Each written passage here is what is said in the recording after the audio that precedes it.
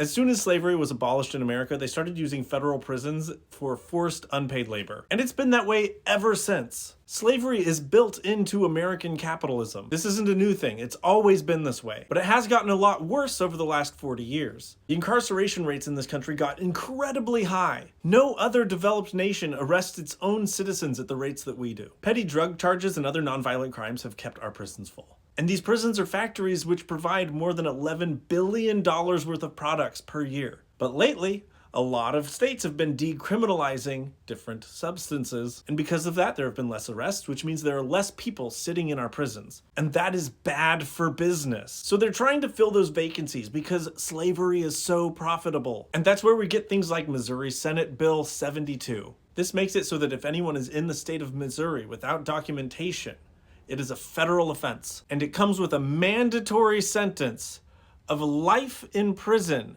without eligibility of parole. The sentence is forced labor for the rest of your life. So we might have differences of opinions over what we think should or shouldn't be legal when it comes to immigration. We might have different opinions on how to manage the border. But I don't care who you are. I think we can agree that just being in this state without the proper documents should not make you a slave for the rest of your life. Because if we disagree on that, then I don't know, go f yourself, I guess? I don't know. Because I remember when I was in school and I learned about certain things that happened in Germany, and I asked myself, how did they not know? How did the German people not know what was happening? They had to have known, right? Well, they didn't even have the internet then.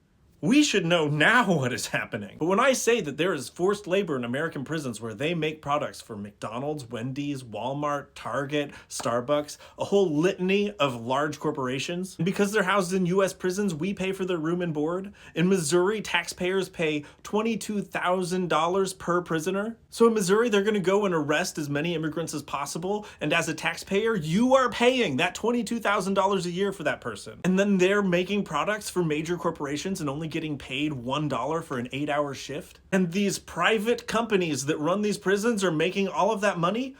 So many people just don't know this. And we have the internet, we can look it up. How do we not know? So if you live in Missouri, call your congresspeople and call them out for this nonsense. Because I don't care if you're a Republican or a Democrat, I don't care what your political affiliations are. I think we should agree that we should not have slavery in the United States, and that we shouldn't have to flip the bill for major corporations to undermine the free market economy. Every part of this system hurts every US citizen. This only hurts us. So we shouldn't be asking, how did they not know 100 years ago? We should be asking, how did we not know this was happening, and why aren't we doing something about it? Why are our elected congresspeople supporting and expanding this system? Because when we say never again, that should include right now.